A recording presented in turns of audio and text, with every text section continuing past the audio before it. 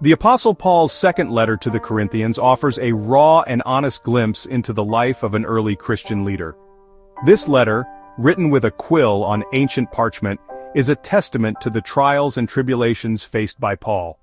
It is not just a historical document but a window into the soul of a man deeply committed to his faith and his community. It's a letter brimming with both deep affection and palpable tension. Paul's words are filled with love for the Corinthians, yet they also carry the weight of his frustrations and disappointments. The emotional intensity of this letter is evident in every stroke of the pen, revealing the depth of Paul's connection to the people he served. Paul had poured his heart and soul into establishing the church in Corinth. He spent countless hours teaching, guiding, and nurturing the fledgling community. His dedication was unwavering, and his passion for spreading the message of Christ was evident in every action he took. The church in Corinth was not just a congregation to him, it was a family. He faced opposition, persecution, and hardship in his mission. The path was fraught with dangers, both physical and emotional. Paul encountered resistance from those who opposed his teachings, and he endured persecution from authorities who saw his message as a threat. Despite these challenges, he remained steadfast in his mission, driven by a profound sense of purpose. Yet, divisions and challenges arose within the community, testing Paul's authority and his teachings. The Corinthians struggled with internal conflicts, and their disagreements threatened to tear the community apart. Paul's leadership was questioned, and his teachings were challenged. These divisions were a source of great pain for Paul, who longed for unity and harmony within the church. 2 Corinthians captures the emotional roller coaster of this relationship. The letter is a vivid portrayal of Paul's inner turmoil as he grapples with the complexities of leading a divided community. His words convey a range of emotions, from deep sorrow to hopeful anticipation. Through this letter we gain insight into the struggles and triumphs of an early Christian leader. Paul yearns to see the Corinthians grow in their faith. His desire is not just for their spiritual growth but for their overall well-being. He envisions a community that is strong, united, and deeply rooted in the teachings of Christ. His letters are filled with encouragement and guidance, aimed at helping the Corinthians navigate their spiritual journey. He longs for reconciliation and unity within the church. Paul's heart aches for the divisions to be healed, and for the community to come together in love and mutual respect. He believes that through reconciliation, the church can become a powerful force for good, reflecting the love and grace of Christ to the world. This letter wasn't just for the Corinthians. Its messages of love, struggle, and perseverance resonate through the ages. The wisdom contained within its lines speaks to believers across generations, offering timeless guidance and inspiration. Paul's words continue to touch hearts and minds, reminding us of the enduring power of faith. It resonates through the ages, offering timeless wisdom for all believers. The themes of love, conflict, and reconciliation are universal, transcending time and culture. Paul's letter serves as a reminder that the challenges we face in our spiritual journey are not new, and that we can find strength and hope in the experiences of those who came before us. Paul's words speak to the human experience of doubt, conflict, and the struggle to live out one's faith. His honesty and vulnerability in addressing these issues make his letters deeply relatable. They offer comfort and encouragement to those who are grappling with their own spiritual challenges, reminding us that we are not alone in our struggles. 2 Corinthians reminds us that the Christian journey is not always easy. It is a path often marked by challenges and setbacks, but it is also a journey filled with moments of profound grace and transformation. Paul's experiences serve as a testament to the resilience of the human spirit and the power of faith to overcome adversity. It's a path often marked by challenges and setbacks. The road to spiritual growth is rarely smooth, and we are bound to encounter obstacles along the way. However, these challenges are opportunities for growth and learning, shaping us into stronger and more compassionate individuals. However, within these struggles, God's grace is always present, offering strength, hope, and transformation. Paul's letter to the Corinthians is a powerful reminder that even in our darkest moments, we are never alone. God's grace is a constant source of support, guiding us through our trials and leading us towards a brighter future. Paul's ministry was under fire.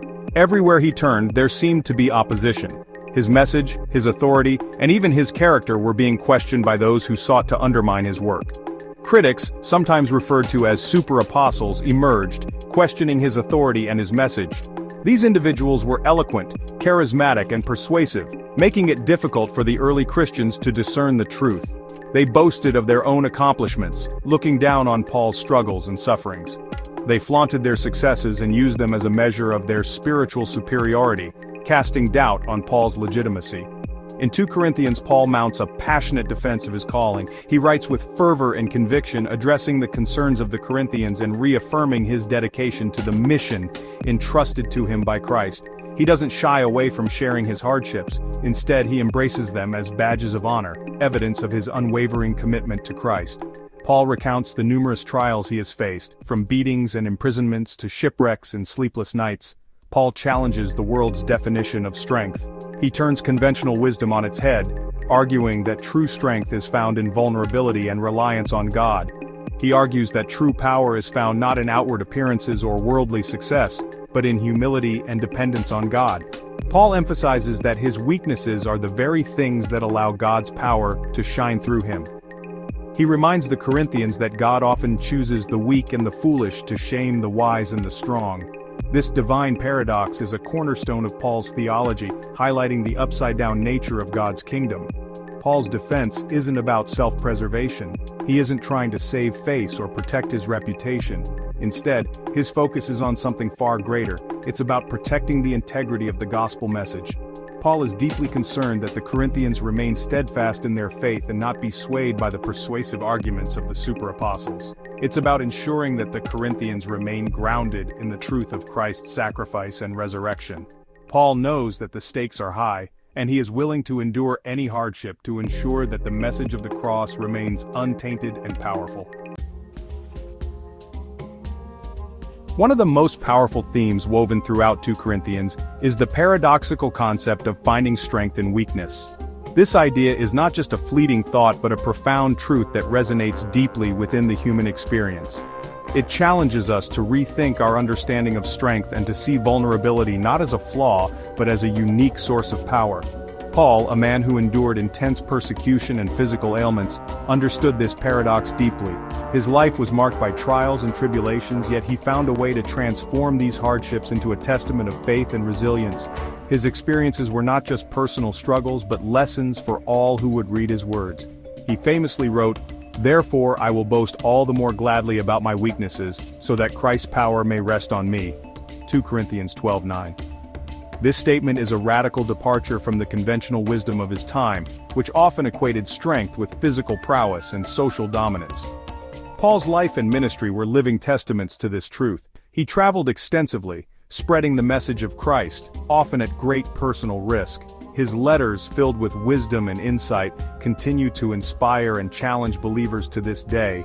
He didn't shy away from his vulnerabilities. He acknowledged his limitations openly and without shame. This transparency allowed others to see the power of God working through him, despite his human frailties.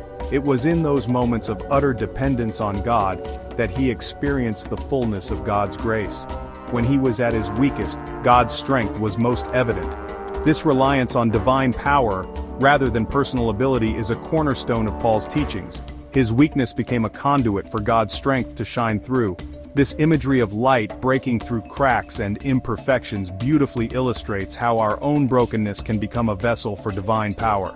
This radical notion challenged the prevailing cultural norms of the time, which often equated strength with power, dominance, and self-sufficiency.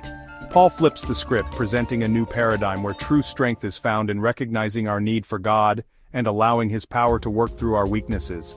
He invites us to find freedom and power in embracing our weaknesses and allowing God to work through our imperfections. This invitation is not just for the early Christians, but for all of us today. In a world that often values self-reliance and perfection, Paul's message is a refreshing reminder that our true strength lies in our dependence on God and our willingness to be vulnerable. Section 4. The Power of the Cross. At the heart of 2 Corinthians lies the message of the cross. This message, considered foolish by the world's standards, is the very power of God for salvation. The cross, a symbol of suffering and shame, represents the ultimate act of love and sacrifice. Christ, the Son of God, willingly embraced this humiliating death to reconcile humanity to God. Paul understood that the cross was not merely a historical event, It was a transformative reality with the power to reshape lives.